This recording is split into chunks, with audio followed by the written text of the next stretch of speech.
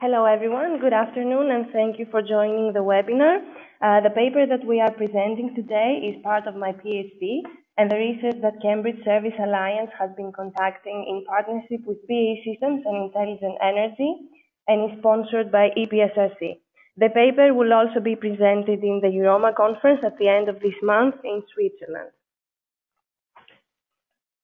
Let me start by explaining what through life accountability is. There is not a lot of academic research talking about the full term. To be more specific, there is only one paper talking about through life accountability. And according to this paper, through life accountability is the duty to inform, justify and accept the consequences for decisions and actions taken during the entire life cycle of a product service system. It involves understanding the boundaries and responsibilities for safe and consistent outcome delivery over an extended service contract that involves a lot of organizations working together. So our research analyzes through life accountability in a product service system on the basis of the decisions and actions taken by those involved in the operation of the system, along with the resulting consequences of these decisions and actions. In order to explain why through life accountability is important, let me give you some of the background to our research. So in recent years, servitized manufacturers had to move from more product-centric to more service-centric business models in order to respond to the changing demand of the new globalized markets. While this shift to services involves significant benefits for both customers and manufacturers, service contracts involved a lot of partners working together for long periods of time. So in cases of failures of the system, it is not always clear to understand who was responsible for the accident and most importantly, what caused the accident. This situation is exposing manufacturers to an increased number of risks. Although the transition to services and the different risks that this entails have been extensively discussed in the literature, there is limited research on the risks associated with the actual offering of services. For example, in the failure of a product service system, the manufacturer may face significant liabilities ranging from reputational damage to claims for financial compensation and even criminal charges. The Air crash that took place in 2007 while the plane was traveling from French Polynesia to Tahiti illustrates this point. During this flight, and shortly after takeoff, the airplane adopted a steep nose-down attitude, and as a consequence, the pilot lost control and the airplane crashed, resulting in 20 fatalities, including the pilot. The official accident investigation report highlighted that there were several factors that contributed to the accident. To be more specific, the type of the aircraft that was involved in the accident had a design issue that causes a significant pitch-down moment when the flaps are retracted. Moreover, and during takeoff, the elevator control cable failed as it was significantly worn. However, this was not discovered during maintenance checks, as the checks required by the manufacturer were based on the number of flying hours and not on the number of flights. The specific flight, although it's really short, it is repeated several times per day, increasing the wear in the cable. Furthermore, and since the failure of the cable could not be explained by wear alone, it was argued that an external factor, possibly a jet blast, must have also contributed to the accident. And last but not least, the pilot, who should have been able to cope with the loss of pitch control, was not properly trained. As we can see by this example, identifying who is accountable can clearly become a challenge, since the specific accident, for example, appears to be the result of a sequence of events that involves different actors. What is also important is that even the absence of a single event could have potentially prevented the accident. So, for example, even though the manufacturer designed a plane that creates pitch control, that creates the nose-down attitude, the airline did not provide sufficient training to the pilot. And although the maintenance staff failed to identify the wear in the cable, the airport did not provide sufficient precautions to avoid the risks for jet blast. So we argue that the servitized manufacturers are facing a principal ancient problem, that arises from the separation between the ownership and the operation of the product service system. So on the one hand, we have the customer, in our case, the agent, who is solely interested in the capability that the product service provides to perform a certain operation. On the other hand, we have the manufacturer, in our case, the principal, who is interested in ensuring that the system performs at the optimum level of efficiency.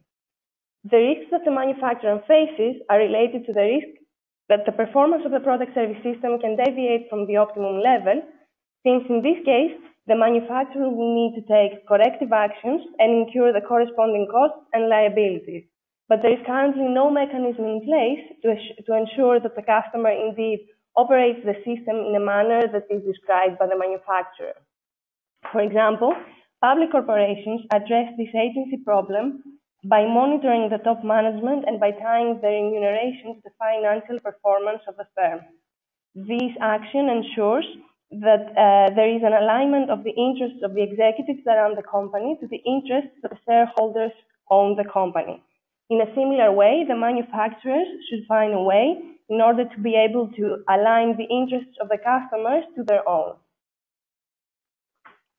In order to investigate these issues and examine why failures occur in product service systems and to what extent they are caused due to confusion over accountability and the long-term nature of service contracts, we decided to perform our analysis on commercial aircraft accidents, as this setting is ideal in terms of examining accountabilities between multiple organizations that operate in safety-critical environments over long periods of time. What is also important is that for every accident, an official investigation takes place and a detailed accident report is published online. This gives us access to a lot of data in order to analyze the decisions, actions, and resulting consequences of all the different actors that were involved in the accident. So for every accident in our sample, we categorized all the different actors that were involved to groups, as those are described in the accident report, and mapped the decisions, actions, and consequences against each actor using the NVivo software. Since the analysis soon revealed that even accidents that were attributed to a mechanical failure, for example, were still the result of some type of human error, we also decided to map cases where no action was taken when it should have, or cases where the wrong action was taken, in order to identify the most common accident causes and provide safety recommendations. Here you can see an example of how we performed the analysis. So in this case, for example, the airline decided not to include the information regarding the nearby terrain on the aircraft, and this involves a case where no proper actions were taken by the operator. Also, when the pilot requested a taxi, and this involves an action taken by the crew, this didn't involve any decisions because this was the result of standard procedure, and so on. So by performing this type of analysis, we get a table like the one you can see on the screen. And as a result, we were able to find not only all the actors that were involved in all the accidents that we analyzed in terms of decisions and actions, but also the exact involvement in these and in the wrong actions. So as you can see here, we can see that the crew was responsible for the majority of the decisions and actions related to this accident, but also for the majority of the wrong actions taken during the sequence of events. However, we can also see that apart from the crew, the airport management, the air traffic control, and the operator were also involved in some time of wrong actions taken during the sequence of events. The analysis revealed 11 different categories of actors that were involved in the accident. However, the crew, the air traffic control, and the operator seem to have the most control over the analyzed accidents.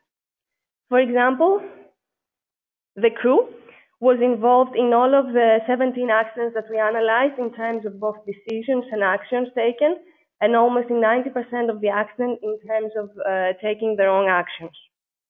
The analysis also revealed a shared accountability, meaning that none of the events was the result of a single error, but also of a single actor. We also find a human redundancy issue, and this is a case when one of the actors feels that someone else is responsible for doing a certain job, and therefore fails to take proper actions. The analysis also revealed 18 different categories of accident causes, but the three most common ones were a lack of or failure to follow standard procedures, a lack of training skills, and low levels of professionalism. These also form about 50% of the cases, as you can see on this slide. Finally, the analysis identifies a general lack of culture of reporting failures, especially in cases where the actors felt that they had to question authority. To be more specific, in several cases, there were plenty of opportunities for an actor to stop the sequence of events leading to an accident. However, no one did. In one of the accidents, for example, the captain decided to pilot the plane while he was drunk, but the co-pilot did not try to stop him, as this would mean that he would have to question his superior officer. In the same accident, it was also discovered that the training instructors had noticed deficiencies during the pilot flight training, but signed off the certificates anyway. Most of the categories of human errors that we identified during the analysis, and you can see them listed here on the left of the slide, can straightforwardly be linked against the lack of one of the attributes that an organization will need to have in order to achieve high levels of reliability, as these were identified in the relevant literature. These attributes are presented at the top of the slide. For example, and as I mentioned earlier, the lack of training skills was the cause in several of the accidents. However, the relevant literature suggests that the organizations will need to have a culture of continuous learning in order to achieve high levels of reliability. Another example was that several of the accidents were attributed to poor communication between the different parties involved, while the literature clearly suggests that these organizations will need to focus on having effective communication. As I mentioned previously, the results suggest that no event was the result of a single error or a single actor, highlighting a shared accountability between the different actors involved. This finding suggests that servitized manufacturers and all actors involved in the system will need to have a clear understanding of where accountability lies in a potential failure of the system through life. And actually, the suggested methodology of our analysis can successfully not only identify but also quantify accountability, and therefore it can provide manufacturers with key insights for improving safety.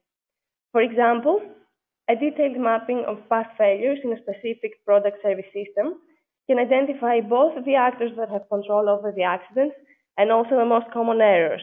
And these can be used by the manufacturers in order to be included in service contracts and clearly delegate accountabilities and help the manufacturer against potential liabilities. Furthermore, the cause of most of the accidents in our sample was the result of a small number of human errors undertaken by a small number of actors. And most importantly, these accidents could have potentially been prevented if all the organizations and actors involved had been committed to the attributes of high reliability organizations.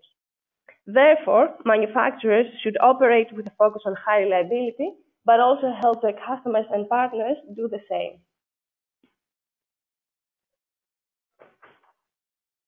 To conclude, we identified two key issues that lead to aircraft accidents. And that these were confusion over accountabilities and a general inability to question authority, with an overall lack of culture of reporting failures. This finding provides two key insights. First, it supports our argument that servitized manufacturers and all the actors involved in the product service system will need to have a clear understanding of where accountability lies in a potential failure of the system. And second, it highlights how a manufacturer's focus should depend on the level of hierarchy within the organizations involved in the system. To be more specific, in cases of high hierarchical organizations, we expect that the roles and therefore the accountabilities will be more clearly defined.